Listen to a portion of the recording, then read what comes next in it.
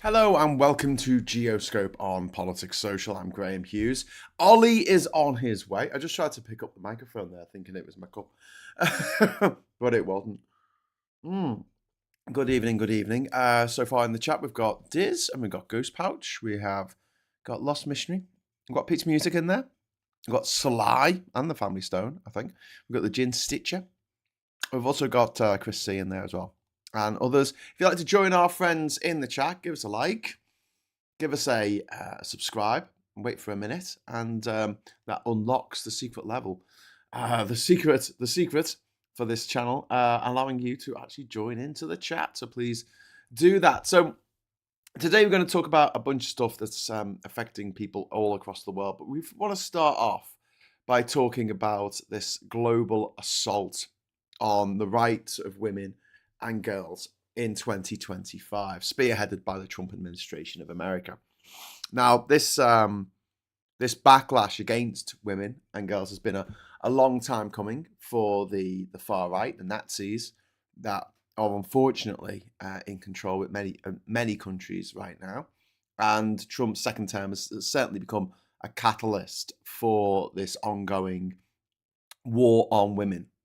And while the oil companies and the billionaires have everyone clucking around like headless chickens, whinging about the fact that trans people exist, they are systematically dismantling the rights and lives of women and girls all over the world. The sheer scale, speed, and the volume of executive actions coming out of the US beginning in January 2025 is absolutely unprecedented, and women's rights organizations were, they had anticipated these things to happen in the second Trump presidency, but they were unprepared for just the absolute magnitude of what the Trump administration has done. The rapid issuance of these executive orders, it was a deliberate strategy to overwhelm institutions and advocacy groups and charities that were working to give women the rights and the privileges that they deserve. Early months in USAID and other outreach organizations or charitable organizations were characterized by confusion, exhaustion, crisis management, particularly following the freezing of USAID across the world, but particularly acutely felt in the continent of Africa. The US administration have been identified as the primal global driver of these rollbacks of women's rights, amplified by coordinated action from ultra-conservative international networks. And I want to make the argument that Saudi Arabia and America are two cheeks of the same arse, and they are gradually morphing into each other in their pursuit of purity. In Saudi Arabia, it's the purity that they really, adhere to because they care so much about it. It is their religion. It's what they believe. It's what they have all their faith in up in government. I'm not talking about the people who live there. I'm talking about the people in charge, and that belief and that religion, that zeal is all for money. It's all for gold. So they can sit on a big pile of gold like Smaug. They can build buildings that are 2 kilometers up into the sky. They can build a line through the desert, which is going to have people living on it for some reason. And if anyone gets in the way, they kill them. And in America, they have a different religion in that whereas the Saudis in charge of Saudi worship gold, in America, the Americans in charge of America, they worship gold. Do you see how the two different, very, very different religions, like they absolutely love the money. They just obsess over the money. They don't think about anything else. They don't care about human rights or human dignity or people having a nice time. All they care about is money, money, money, money, money.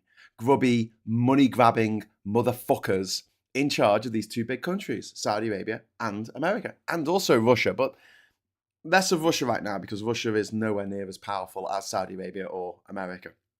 and can be ignored for the moment. We'll get onto that later. But the big thing that absolutely knocked women's rights for six across the world, and particularly in Africa, was the overnight dismantling of US aid. This was a freeze and elimination of programs, and US aid was completely frozen shortly after Trump took office in March, 6 weeks after the freeze. Marco Rubio confirmed 83% of US aid programs would be eliminated. This announcement was condemned by US diplomats, by former US presidents, by humanitarian organizations, by charities, by global health experts. The human impact is mind-blowing. This is more than a funding crisis. This is a direct attack on human rights, family planning, reproductive healthcare.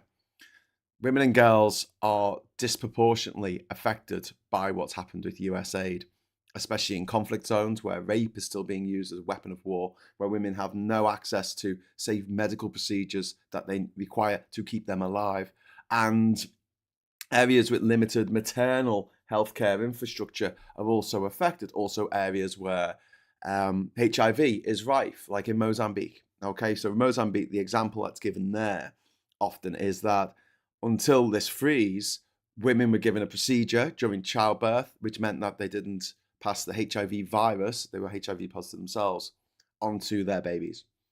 And don't forget, what happens in a lot of these situations where women are giving birth to babies and they are HIV positive, these women are only HIV positive because their husbands have gone out and had sex with prostitutes. So the husband's gone out, had sex with a prostitute, come home, and in certain countries, it's still legal to rape your wife. So even if your wife says, no, you've been with whoever, I don't want to do this, by law in that country, she has to. There's nothing she can do about it. If she fights back and injures her husband in the process, she can go to jail or worse. And this is the world that Trump wants. This is the world that the Republicans, the conservatives, the refuckers of the world, this is the world they want. They're very happy to go on about the rights of women and girls when it suits them, when they want to attack refugees, a lot of whom are women and girls. They don't care about women and girls coming from conflict zones. They don't care about women and girls who have gone through horrific circumstances.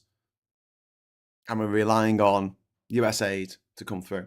Now, look, America's got no moral obligation to look after people in other countries, I guess. You know, why should it give a shit? Fair enough, whatever. Turn your back on the world if you want to. But here's the thing. This was done overnight. This wasn't a gradual process. And what that meant was people who thought that medication was coming, was on the way there, was in a ship, was in a container on the way to that place. People who thought that medication was going to be there, that food was going to be there, that fresh drinking water was going to be there. 6 million children die every year from diarrhea because they can't get access to clean drinking water.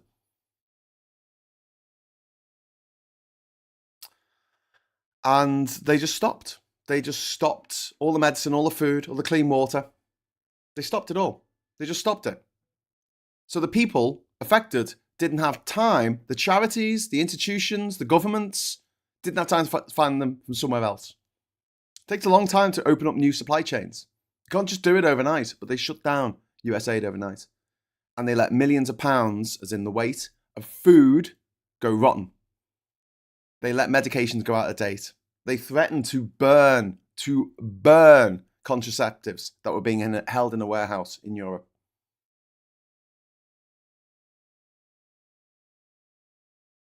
When I say to you that Trump, Donald Judas Trump, is the most evil man who has ever fucking lived, he genuinely is. Because he's got more power than Hitler. He can do more damage than Hitler, and I think he will. Millions will die as a direct result of Donald J. Trump. And his supporters will laugh and think it's funny and make jokes about it. Whereas if one of his clowns fucking carks it, we can't make a joke about it. We've got to be all serious. Well, no, we can't make a joke about that. How dare you? How dare you think it's hilarious that a guy who went on about how great guns were got killed with a gun? I'm sorry for, some people out there think that. It's a bit sick of me to think that is funny. But, I'll watch Grizzly Man about that guy who went to live with the bears in Alaska and they fucking ate him. And, part of me couldn't help but find that darkly humorous. I mean, you got to be a fucking idiot to go play with guns, play with bears, and expect to walk out at the end of it, whole, not half eaten. But here we are. So this is what's really grim at the moment: the dismantling of the US aid and the documented consequences. At the end of this year, the data indicates hundreds of thousands of deaths already, and this isn't even the first full year of Trump's presidency, right? Hundreds of thousands of deaths linked to disease, starvation, lack of maternal care, and gender-based violence. Millions more projected to suffer similar outcomes over the next few years.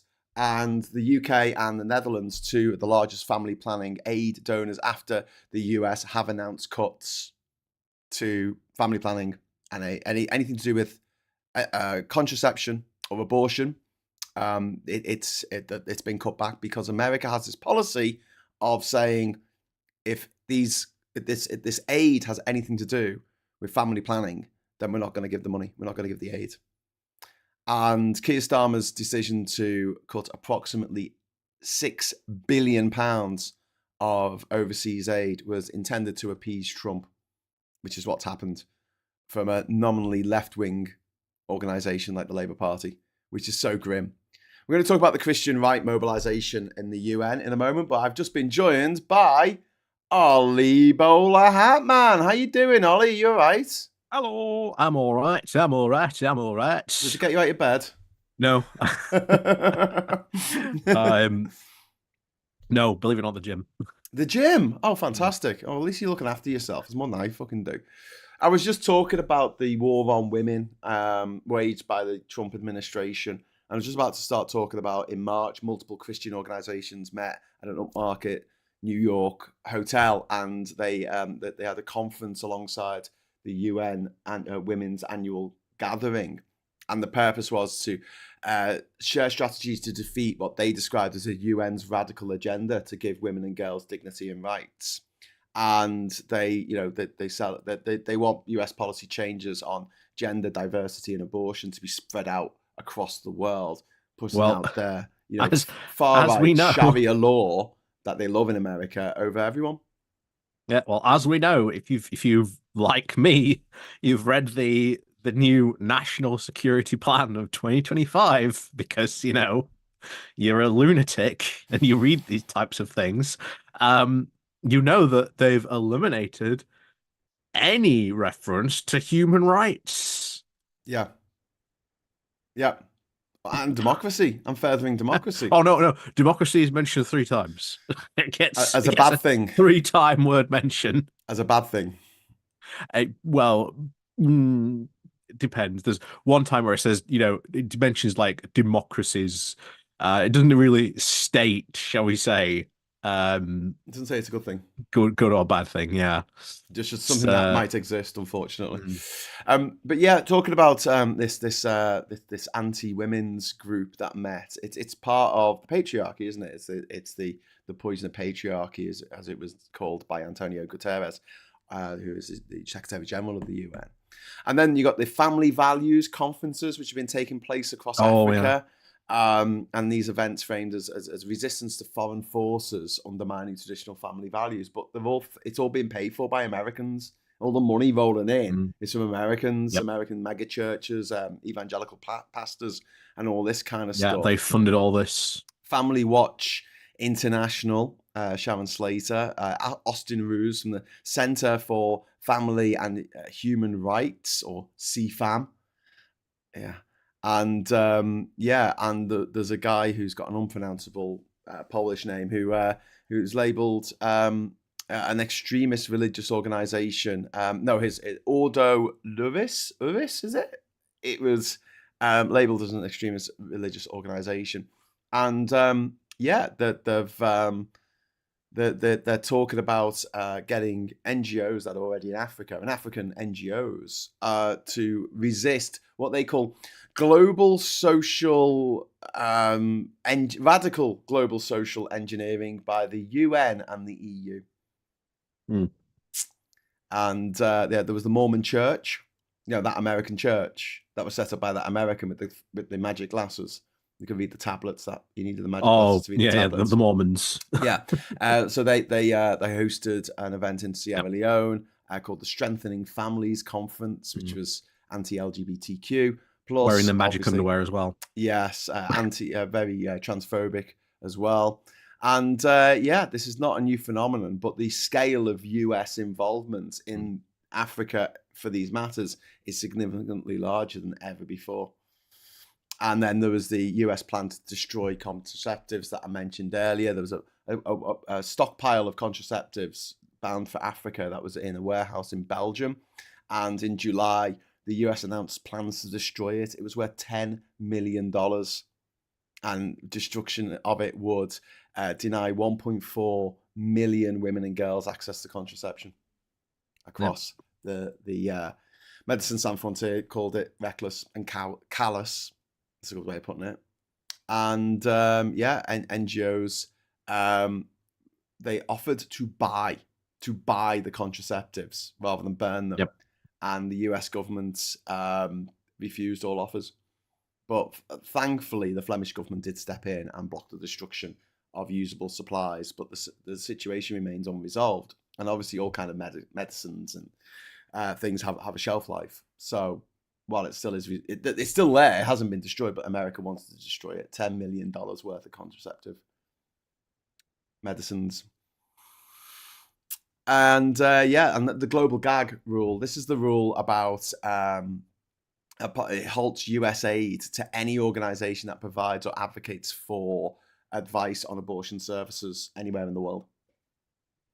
So if Greenpeace or if Water Aid or Oxfam wants some money from the Yanks, they won't give it to them because they'll say no because you're giving women advice on family planning.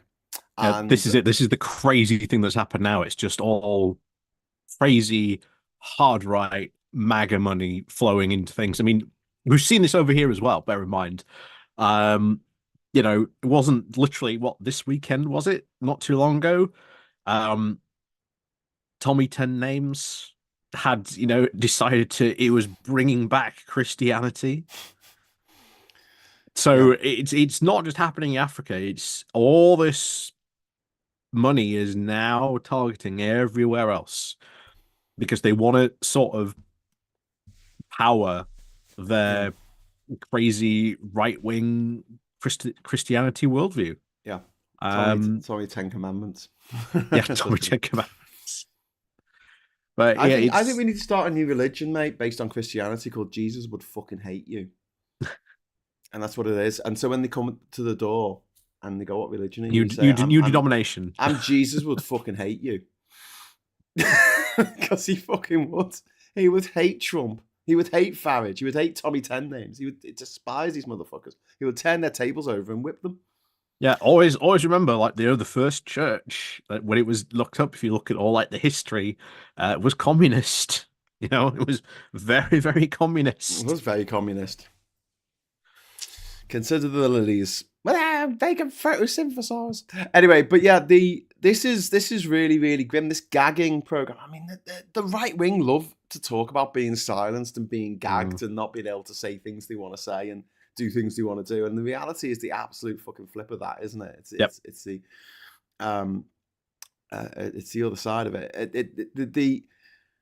The USA to African countries become conditional on accepting this expanded gag rule, and 40 countries have signed up to this Geneva Consensus Declaration, which is an anti-abortion agreement, which was created by a former Trump health advisor called Valerie Huber.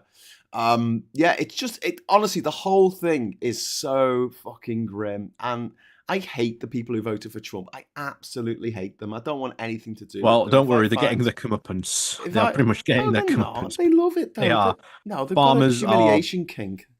farmers in America are getting absolutely hammered Yes, uh, but they love it. You got to by understand them. they enjoy it, mate. They dress up in a Yeah. game costume and prance around Well, in the yeah, moonlight American economy is being with the moon hammered. in a bucket. Thousands of jobs have left, America. Yep. The tourism industry, I think we've talked about this before last week. The tourism industry is absolutely in a nosedive. Yeah. Um, But if you're a yokel with like three teeth in rural Alabama, living in a swamp on a rocking chair, oh, you probably haven't noticed any I don't difference. know. What Face difference does it. it make? You eat roadkill. It's not like there's less roadkill. You can go on So about the price of I'm eggs. They don't care about the price of eggs because they can just steal their I think neighbors. the big part of this is that a lot of these people that are like vote that way basically said, well, if it's so bad for me, I don't care if it starts getting bad because then you will, suffer as well. And that's bad. That's a bad way to think about it because it's just if I am this worse off, then everyone else should be this worse off as well. And it's a really Yes. bad way they seem to think. This is why you saw a lot of people that have openly voted, Trump because it's all right because that'll teach the liberals, that'll teach them. Well, okay, we crash America's economy, destroy your businesses, etc. Yeah. Um, but making else everyone suffer doesn't win you too many friends eventually, Yeah. as we are now seeing. They're potentially about to lose a big election apparently in Florida. To be hilarious if that happens. Well, I hope it does. Brad W, thank you so much for the first super chat of the evening. £5, thank you. That's very kind of you. In 3 days, the Epstein files are supposed to be fully released, while in 2 days' time, Trump begins bombing runs over Venezuela. Yeah, like in the movie Wag the Dog with Dustin Hoffman. This is Yeah, the, well, I'm expecting them to turn around and just go, oh well, we can't release them now because we're investigating all these links. yeah, I can't It's all release them because being we're at war. investigated now. We're at war with Venezuela because of all the oil. I mean, the freedom that we need to give them. We need to give them the freedom. It's really grim. It's really a fucked up situation, and it's just maybe I think that there's going to be a few people, not many, but there will be a few people who voted for Trump who, after seeing what he wrote about Yeah. Rob Reiner, Oh, that has I upset so many people. I think there's going to be a few of them going, are we the baddies? Yeah. Finally, maybe like the penny will drop. Before we go on, I have just set I've set a target, a goal for the super chat. So if we get 5 super chats, we will get confetti, and I'll put on the super confetti on the screen. And we're going off at 8:30, and at that point, we'll be shunting you over to Maximilian's stream if he's doing a stream tonight. I better check that. But have you got what stories have you got? Have you got any stories, or do you want me to continue? Oh, rabbiting yes. about shit? Go on. You go. You take the mantle. Montenegro. Oh, yeah, I love this has Montenegro. been It's a happening lovely because we haven't place. talked about Montenegro for quite a while. Black Mountain. Basically, if you don't remember last time they won their elections over there happened, they won a very, very like pro EU candidate. Yeah. They have started now their transition now to joining the EU. However, of course, the big question, as always is, when it comes to Montenegro, what do you do with Transnistria? No, Moldova. Moldova, Moldova. Moldova, yeah. I'm getting them confused. Good job, Yeah, I'm getting my countries mixed up now. Yeah, Moldova. Yeah, so they had a big sort of EU victory. They potentially want to go sort of down that route. But what do you do about Transnistria? Now, remember this in Transnistria, if you don't know, the USSR never fell. Its technical full name is the Soviet Socialist Republic of Transnistria. As far as they are concerned, the USSR never fell. For years, Russia has been propping this up. They put troops into there, even though they signed an agreement saying that we won't put troops in there, we'll pull them out. They've been supplying, basically, if you are a resident of Transnistria, you get free gas from the Russian state. You have pretty much a guaranteed, pension as well. You don't even have to pay into it. So it's been pretty much, yeah. should we say, bribe city from that point. However, For a while now, of course, that tap of free gas has now been turned off. The people over there are now looking at this like saying, do we really Yeah. want to continue in this way? Do we really want to continue, pretending that the USSR still exists? So this is becoming a very interesting question because there is now the question on the table: I was going to say it again, Montenegro, Moldova. Does Moldova? I'm having a real brain fart today. Does Moldova join the EU with an integrated Transnistria, Yeah. or does it hold off joining the EU and just not join with Transnistria and do it later? Yeah. So I'm So just showing there's a a couple of map big questions on that at one. the Oh, moment of Moldova, and you can see Transnistria in pink, reddish pink, which is yeah, this is taken from the FCO website, so you can see where it says advise against all travel. So, like Ollie said, this is a part of Moldova that was never really part of Moldova when the USSR fell yeah, apart. The people there said, no, we're staying with Russia, and yeah, Russia has been propping it up for years. And like you say, they're giving them gas, but the gas isn't flowing anymore. yep, That's been cut off by the Ukrainians. And in the recent elections, when despite a lot of Russian interference, a very pro-EU government took over, 30% of the people in Transnistria voted for her. They voted for the pro-EU. The pro-EU. yeah. That's very big that happened. That Very is big. huge because this was like 99% wanted to stay with Russia, wanted to stay part of the USSR. No. And for 1 in 3 of them now to be like, yeah, come on, lads, the gig's up. I think this is significant, and I don't think that the EU will allow Moldova in without Transnistria being incorporated in some form. There was a plan to have it as a federal state, Yep. which had some kind of connection, but it was still, up the arse of Vladimir Putin and the dickheads in the Kremlin. But that doesn't look like it's going ahead now. It really does look like something that was sort of inconceivable just a few years ago might actually happen as a result of Putin's invasion of Ukraine. Yep. I mean, Ironically I've enough. said this before. There's this invasion of Ukraine is going to have, I think, a lot of really odd side effects to it. Yeah. Obviously, you've got like the downfall of Russia's pretty much entire military complex, weapons. That one of the biggest exports that Russia had. People have stopped buying like Russian weapon systems because they've been like, oh, actually, that system's not very good, is it? That's putting it mildly. Just hit it. Yeah. Just hit it. It'll be fine. It's a nuclear weapon. I'm not going to punch it. It's fine. Just bit of duct tape on the tank. No one will notice. Yeah. Duct tape fixes everything. But yeah, they've lost that massive bit of of their economy as well. Yeah. They've even stopped like exporting as well.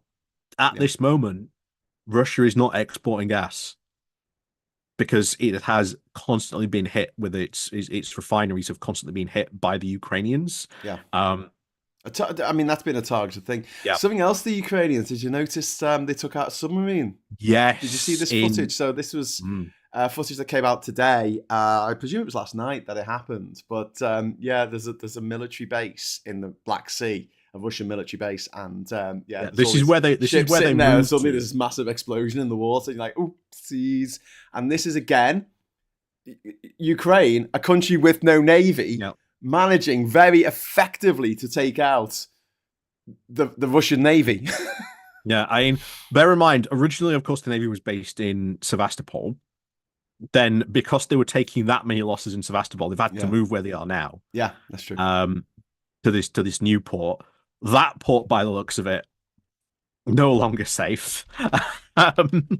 So they've lost yet another submarine. I think this is like the third submarine I think they've lost in the Black Sea. Yeah, which bear in mind is a pretty good achievement for So that. this was a submarine drone, wasn't it? Yeah, it's called something called a Sea Baby. a sea Is I think what baby. they've dubbed. Yeah, a Sea Baby drone is do, what do, they've been called. do you know how But much? Do you know how much the Russian submarine was worth? oh, I bet it was got to be in the billions. No, it was 400 million. 400 400 million. million, Yeah. nearly $500 million. I mean, it would be billions of rubles, Yeah. of course. But yeah. So yeah, underwater drone just took it out. I mean, none of them are safe now. None of those boats are safe. They've got underwater drones. I can get that close, that silently, and cause that kind of damage. It's really, really impressive. But yeah, so we'll look at interesting what happens in Moldova. I mean, Oh, Transnistria was one of those places, along with, I don't know, South Ossetia, Abkhazia, Pakistan, Somaliland, which were, and Turkish Cyprus, which they're not countries, but they're kind of autonomous regions, yeah. semi-autonomous regions. And it's a bit difficult when you're trying to work out how many countries there are in the world. Do I need to go to this place? Do I actually need to go and visit this part of this country? Well, maybe for Transnistria, because the government in Chisinau, the capital, they don't have any of Moldova. They don't have any say over what happens in Transnistria. They do their own thing. Well, actually, Yeah. they're told what to do by Russia. And I went to Russia, so I just included it on my Russia tab when I was going to all these places. But there are a lot of mad little places like this that, you've got to respect what the people want to an extent. But when it's a case of, you can't be allowing them to put Russian troops on the ground in Transnistria when there's a war going on with Ukraine, which I don't think they want to be fighting on two fronts. Yeah, we've mentioned this before. There's so many fronts that could randomly pop open for Russia. We've Well, talked about Dagestan they started going before. through. Yeah. Dagestan, if things kick off there, Oh, you mean fronts that they're not going to like? Because I was going to say they went in. They went into Ukraine via Belarus. They went in via someone else's country. Yeah. But yeah, Dagestan, well, Chechnya. Yeah, Chechnya. That guy who's in again, charge of Chechnya Kadyrov, is holding it all together. If he carks it, then Chechnya's out. If he goes, this is you've got to remember, this guy is like holding Chechnya together with like an iron fist. Yes, he definitely is. It is a warlord state where he's like he is the top warlord, and if he goes, it's not like they respect his sons. No, it will be a power like Ramzan Kadyrov. His name is. Yeah, and it will basically be if they get involved, Russia will actually have to send like troops in to support someone, whether they support like Kadyrov's son or they support another faction. They will have to send troops, and that will have to pull a ton of troops and resources from Ukraine. There's now independent groups forming in like Siberia. China's also looking at like Siberia as well, eyeing up all those regions up there as well, that they might like want to take. So Russia doesn't like that either. There's honestly so many things could go wrong. You look at like one of the Stan states like Kazakhstan. Russia has sent troops in to prop up some of these countries as well. Yeah. If like a revolution happens there, are they going to be able to send troops this time to like prop up one of their puppet governments? Who knows? Like a lot of stuff could go wrong, and I am very, very surprised. Like no one has just thought, everything's over in Ukraine. Yeah. Why don't we just act now and start pulling something? I am very, very surprised that some of these places haven't become trouble spots for Russia. I'm very surprised some of these stuff hasn't kicked off for them, but it's been there. It's been like constantly rubbing, and I think it's just a case of one spark could really ignite a powder keg. Yeah, really could, and Russia will find itself in a very world of trouble then. A world of pain. Yeah, a world of pain, Ollie. That's what we want. A world of pain.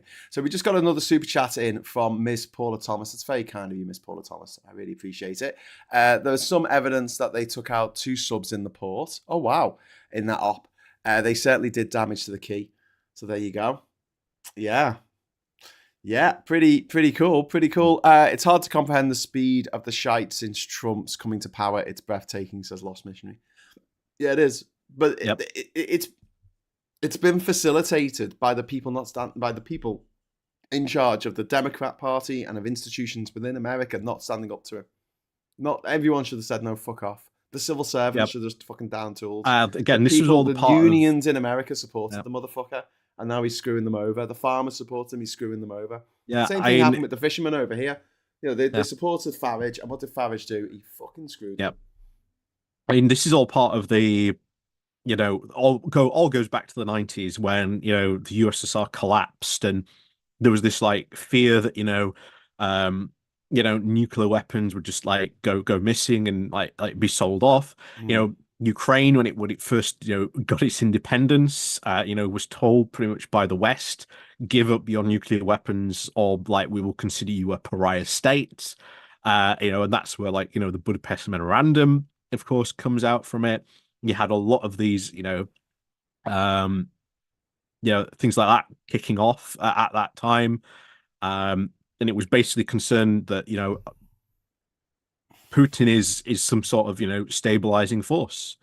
And a lot of like, Western people made a lot of money. I had a teacher when he graduated back in like 1991. Yeah. His teacher was telling him, go to Russia because there's a lot of money to be made. Yeah.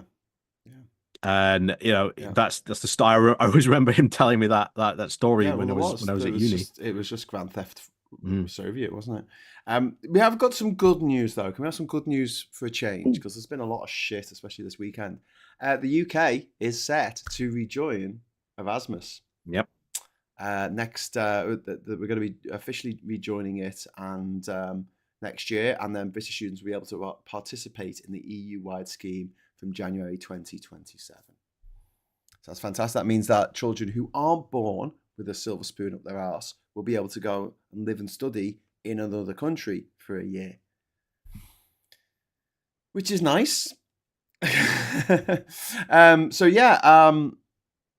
There's also with the what was I going to say, I mean, we talk about a lot of the American stuff on the other shows, and we obviously have stateside as well. So I don't want to focus on that too much. But the Pentagon has said they're not going to release the video of the strike. When they went back and killed the people in the water, the obvious war crime. Oh. They've said, that they're not going to release the video of that. Peter Kegsbreath has said. Speaking of which, another back to Eastern Europe. Bulgaria has had a revolution. Their prime minister has resigned. Oh wow! Yeah, so they've resigned. They've had a vote of no confidence in the government, so they're going back into elections. So again, that will be a interesting place to watch what happens there. And then this is basically been a movement mostly by students, but there's been a wider movement as well across the country about corruption, because there's been a ton of corruption scandals come out about going on in the country. So they've been like, right, we've had it. We're fed up of you. And yeah, this has driven like mass multi-day protests, and the government's basically resigned. The prime minister resigned, the government's resigned. So yeah, interesting times ahead for there as well. I've got a question. Why is Mark Carney in hot water? Why is he being criticised? Oh, in Canada at the moment? Yeah, this is because he used like an English spelling, isn't it? Or something like that. He's spelling words like criticize with an S instead of a Z, because it's the correct way rather than but it's the Canadian way technically as well. But I like this. I like the fact that he's using British spellings, British English spellings, English spellings rather than American English. And why using a random Z? It's a very subtle fuck you to America. That's what I see of that. But yeah, there's some cunning linguists who are not happy about it, who are saying they need to preserve this vital element of the national history of identity and pride. What, spelling the same things like the Americans spell them? Wrong. Yeah. But yes, so there's that. Have you heard about the thing in Serbia about the Trump Tower? Yeah, this is something I was going to bring up next, actually. What's happened here? So this is Serbia, and Serbia's very much been a pretty much like one of the few European countries that's been pro-Russia. But they've also been like straddling the line, saying, "Oh, we might not be, but we are, but we're not." They got a massive payday from Trump. They said, "Oh, come buy this land." I think it's something to the tune of like $500 billion. Yeah. And now this has basically just been absolutely ditched by, I believe, Belgrade. The town council there basically said, "Yeah, we don't want this." Well, no, it was protesters and a prosecutor. They thwarted the plans. Like, people protested against it. You know, they don't want a fucking Trump Tower here. Go fuck yourselves. Which is good. Yeah, and the Serbian president is threatening reprisals because, of course, he's a big ally of Trump. Yeah. It's like, how dare you do this? It's like, well, they were allowed to do it. Yeah. Since Donald Trump won back the White House 13 months ago, his sons have struck a spree of deals from the Gulf to Vietnam that have helped swell the family's income to an estimated $864 million in the first half of this year alone. And that's not counting the cryptocurrency bullshit that they did. That is just mad, isn't it? That is just, pay to play. They have made such an insane amount of wealth over this. Unbelievable the amount of wealth they made over this. Especially like this presidency, and I think some of the crypto stuff, that I do think will go into some like legal territory. Probably will land Trump in some like hot water.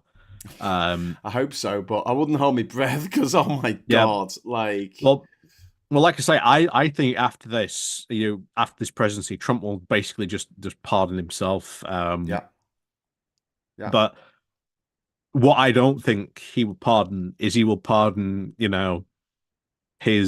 lessers, shall we say? Maybe Pam Bondi, maybe Kash Patel. They're all going to jail. Wasn't there like 30 odd people who went to jail during for stuff he did in his first term? Yeah, there's no one in his second term who was there in his first. Is there? Yeah. Sorry, go on. Yeah. A lot of people, like, say, went in his first term, in like the aftermath of it, were like investigated, and they were a lot of them were actually turning on Trump. A big part of all the cases going into that we saw like before, like in 2024, a lot of those cases came from stuff who had turned on Trump basically for immunity, not to go to jail. So there is I could very easily see that Trump being in quite a bit of hot water, or at least maybe his underlings. And then this, I think, where we might find out more stuff about what went on during the Trump administration. And then I think at that point, you might not be able to get him. Of course, he's been pardoned, but it's it's his underlings. It's the other people around him. Are they going to get pardons as well? Are they going to be protected in that that post-Trump world? Yeah. That's going to be, I think, interesting to see on that front. But we'll have to wait and see what happens on there. That's the hope, at least. That's the hope. We're not going to have like an American Nuremberg trial, unfortunately, but that would be good-ish to see. Maybe. Yes. Yeah.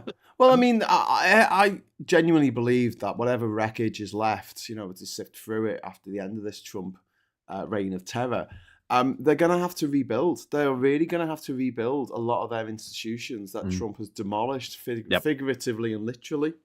and that rebuilding process is going to take a very long time. Oh, it's going to Trump take hasn't got that more many than a years decade. left on the clock. I mean, Did you hear the ones about the Department of Education recently?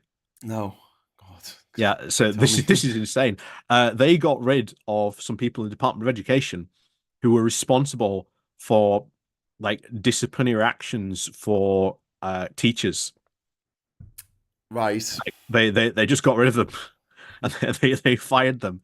So part again, big obviously responsibility of the Department of Education is to to maintain standards and to have that disciplinary committee when stuff like that goes wrong.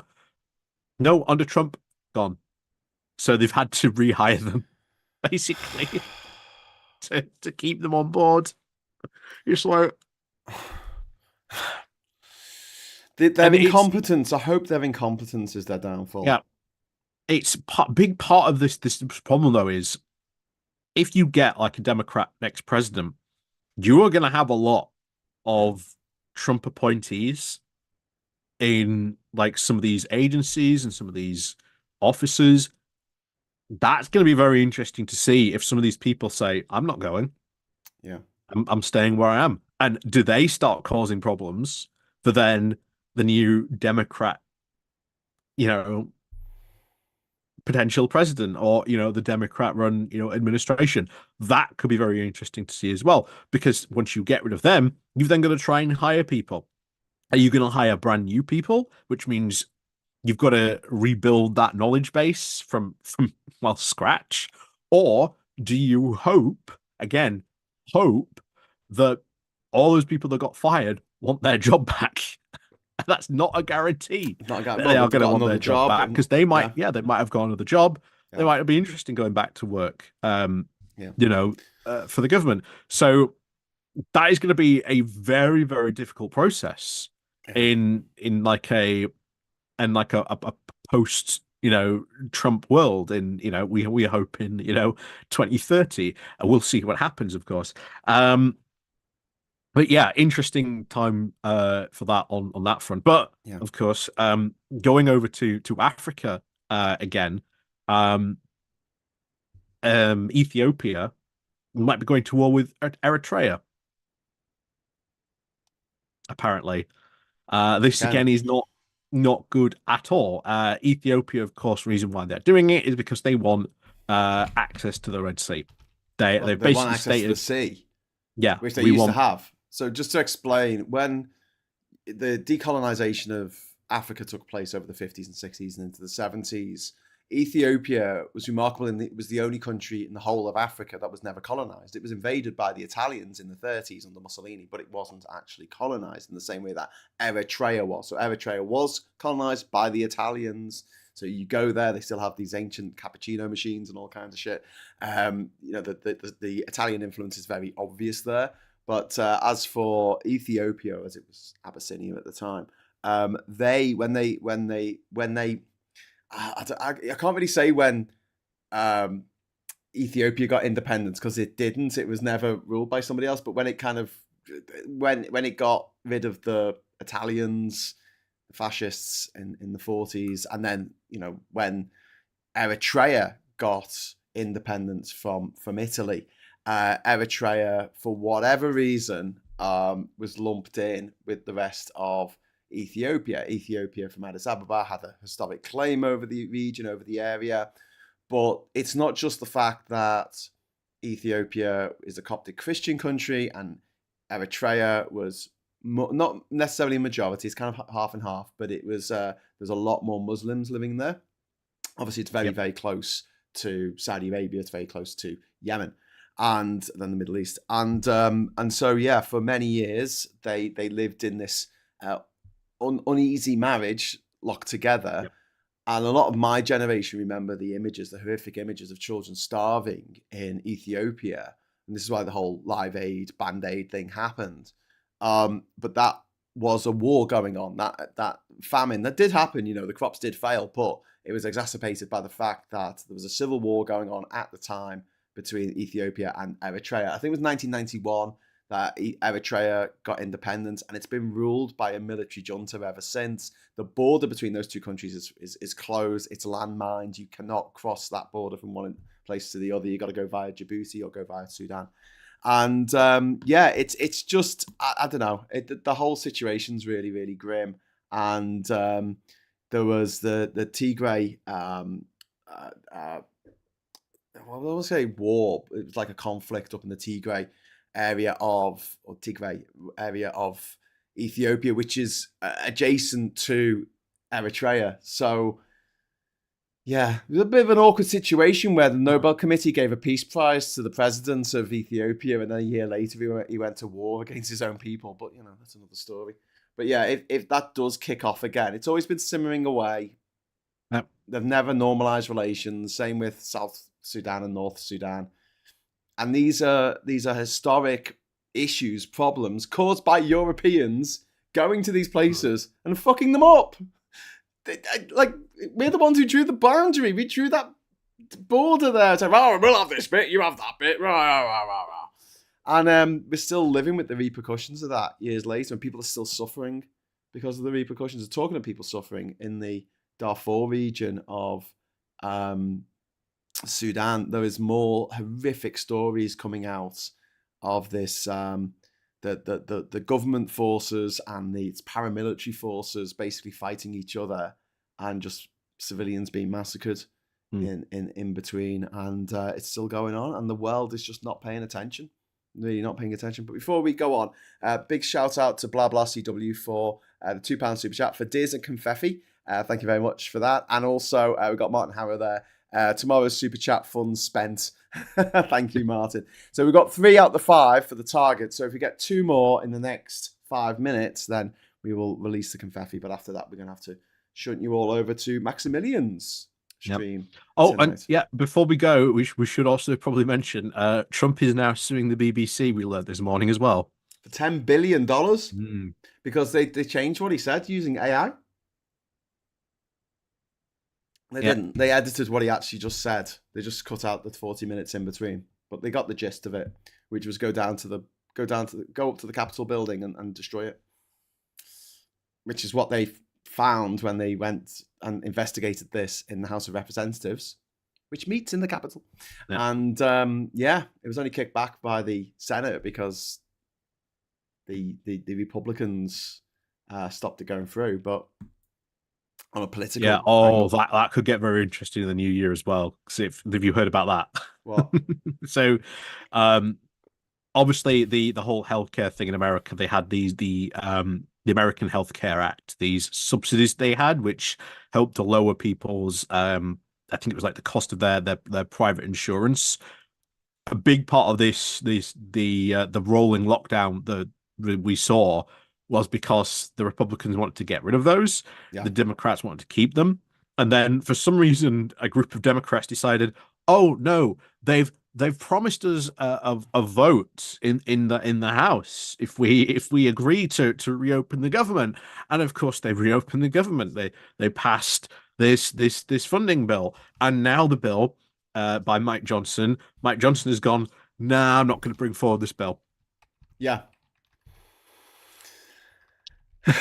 And a lot of Republicans are very, very annoyed because a lot of these Republicans are very quickly realizing they might not keep their seat if they lose these. This could be a big disaster for them if they absolutely it will be. I mean, the stories that I'm hearing about people losing their healthcare subsidies and their healthcare coverage going up from like a few $100s a month to like literally $1,000 a month, and they can't afford it.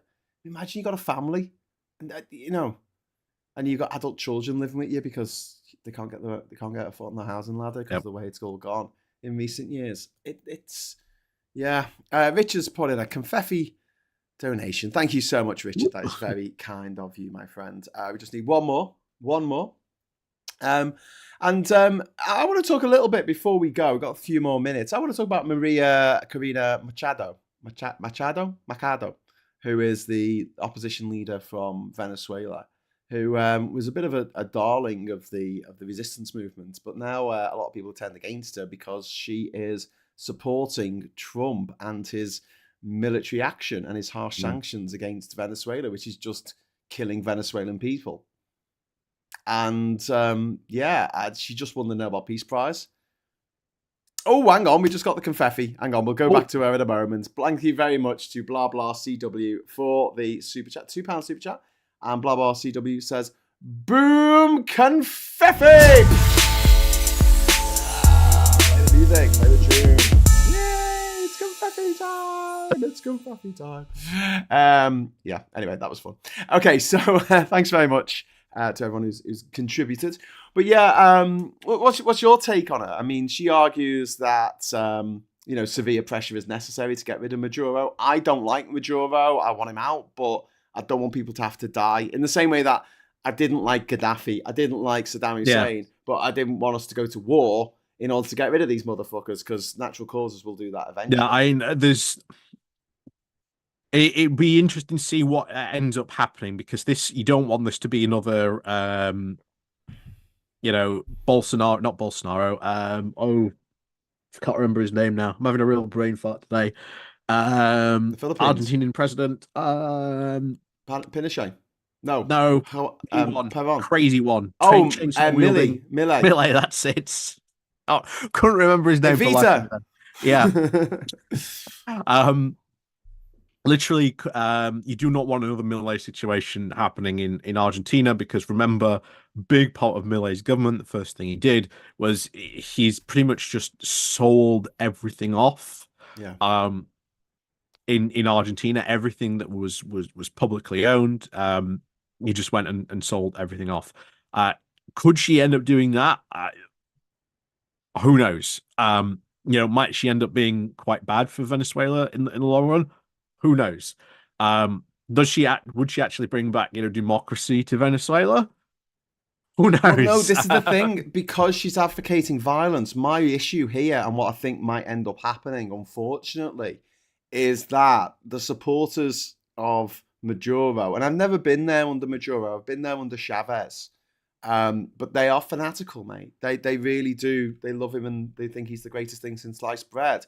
And they will go to war for Maduro. And if she's advocating for violence as well, even if Maduro is toppled, whoever replaces him or comes in his wake, this could trigger a civil war in Venezuela, which is the worst kind of war, because you have neighbors killing neighbors. It's horrific. It's like and violence begets violence. It always does. It always does. So yeah, I'm a bit worried about that myself. I don't think she should be advocating for this. I think she should be arm's length from Trump and should be, criticizing Maduro from the sidelines, from another country if necessary, to keep herself safe. Fair enough, but she should not be supporting military action by Trump, and she certainly shouldn't be supporting sanctions on the people of Venezuela, because if anything, that's just going to turn people away from her. Peter M, thank you very much for the £2 super chat. £2 for Kamal reference. I don't know. I don't get it. £2 for Kamal. I don't know. I didn't get the reference. Sorry. I feel like. Oh, you mean Kamala? For Kamala? From Kamala? Kamala Harris. So yeah, that's all of it today. I think we're gonna have to take our leave and leave people in the capable hands of our friend Maximilian. But before we go, Ollie, I've got a little bit of footage I want to share with you. Would you like me to share my footage with you? Oh, go on. Okay, this is the toppling of. This is genuine footage. It's not AI. This is the toppling of the Statue of Liberty. Here it goes. Whoa! Look at that. Rajadas de vento de até 80 km por hora atingiram a nossa cidade. Oh, I thought you could see it through the virtual camera. No. Oh, sorry. Well, everyone else could see it. Basically, it was a replica of the Statue of Liberty in a car park in Brazil for some reason, and it collapsed under strong winds. But I just thought it was very. It was very what's the word for it? Very apt. Yeah. Very, very apt for the situation we're in right now. The toppling of the Statue of Liberty. So, Ollie, thanks very much for joining us tonight. So we didn't have time to go through everything. There's so much going on in the world right now. But all you really need to know is that Trump. Yeah, I'll try and get my countries right next time. Oh, mate, I do it all the time. There's footage of me from like 20 years ago where I'm in India Right, I'm in India. I'm actually in the country of India, and I keep saying Egypt. I don't know why. I'm here in Delhi, the capital of Egypt, and I don't know why I keep saying Egypt. And I watch the footage back. I'm like, what? Because in my head, I was thinking India, but in the word coming out of my mouth was Egypt. I'm like, oh, fuck. I can't go back and refilm it now. It's too late. I could dub it. It would look a bit odd, wouldn't it? Yeah. That's what AI was invented for, to make your lips sync with what you're saying in a weird fucking way.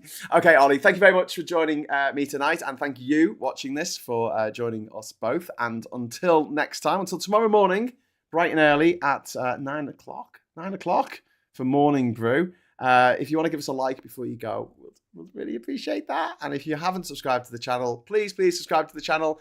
This episode and all live streams on the Politics Social channel are available on YouTube Music as podcasts. So you don't even have to look at our mugs. You can just, And brought to you by this lovely Yorkshire Rose. Yorkshire Rose. E by gum. E by gum by heck. Trouble at mill. All right. So until next time, thanks for joining us. Hello, good evening, welcome, and goodbye. Bye.